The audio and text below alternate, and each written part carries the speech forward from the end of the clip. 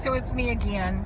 And Shelly, if you're listening, I'm going to go home and send you an email this afternoon.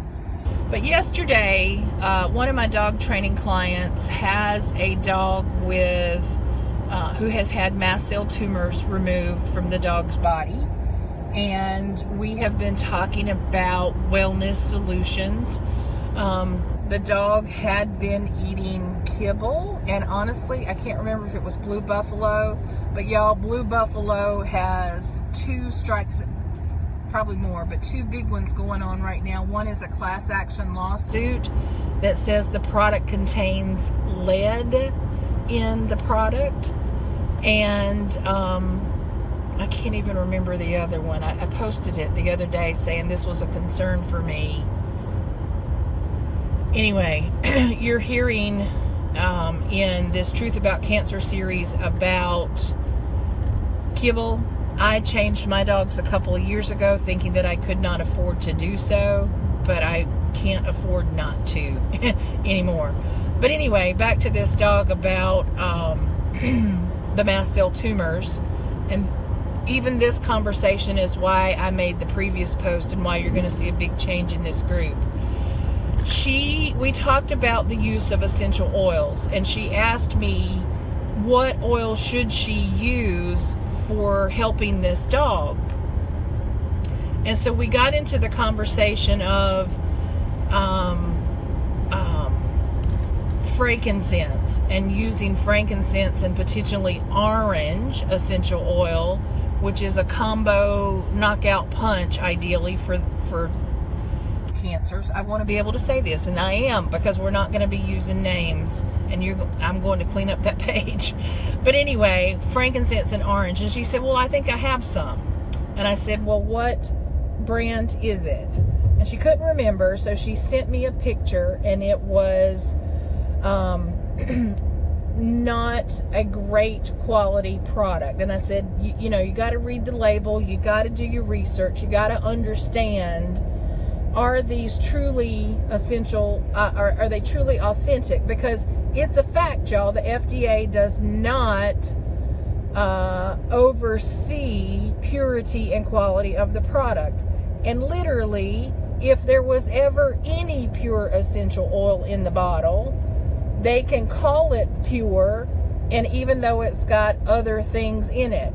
So she sent me the picture of her brand of frankincense, and I did a little research.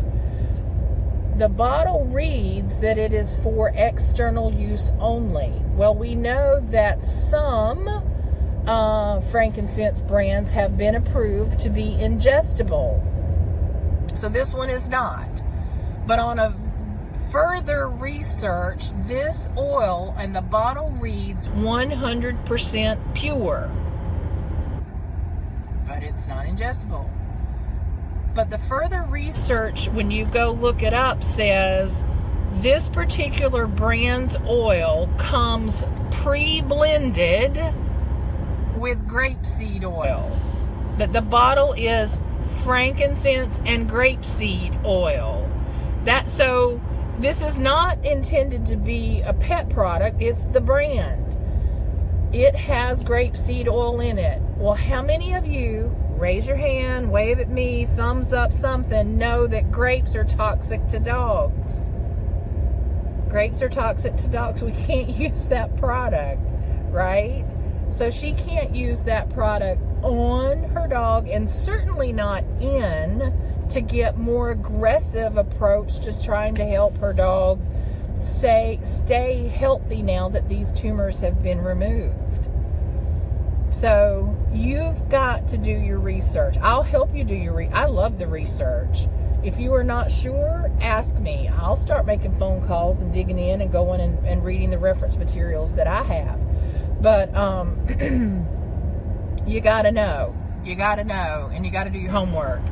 And when we are trying to do something like that, there is a place for us to be very assertive and very aggressive about what we might be trying to use.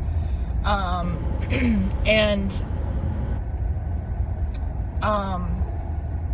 forgot what I was going to say. Assertive, aggressive. I don't know. Anyway, just be aware of the oils you're using. They are not all created the same. I promise you they are not.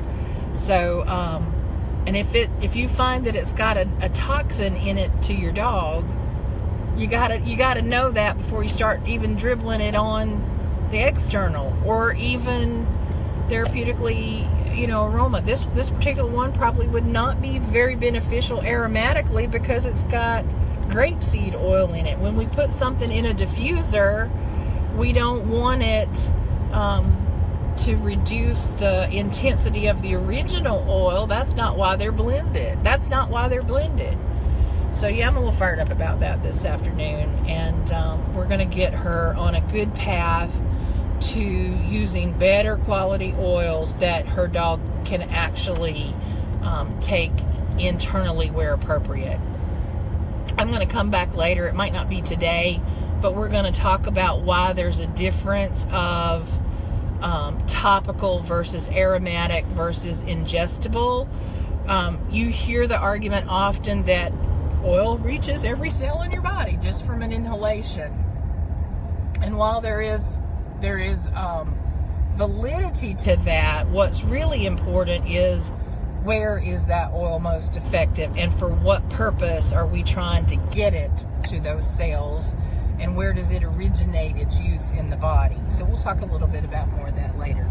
But the purpose of this was to tell you, read your label, do a little bit of investigative research, especially before you start using it with your animals.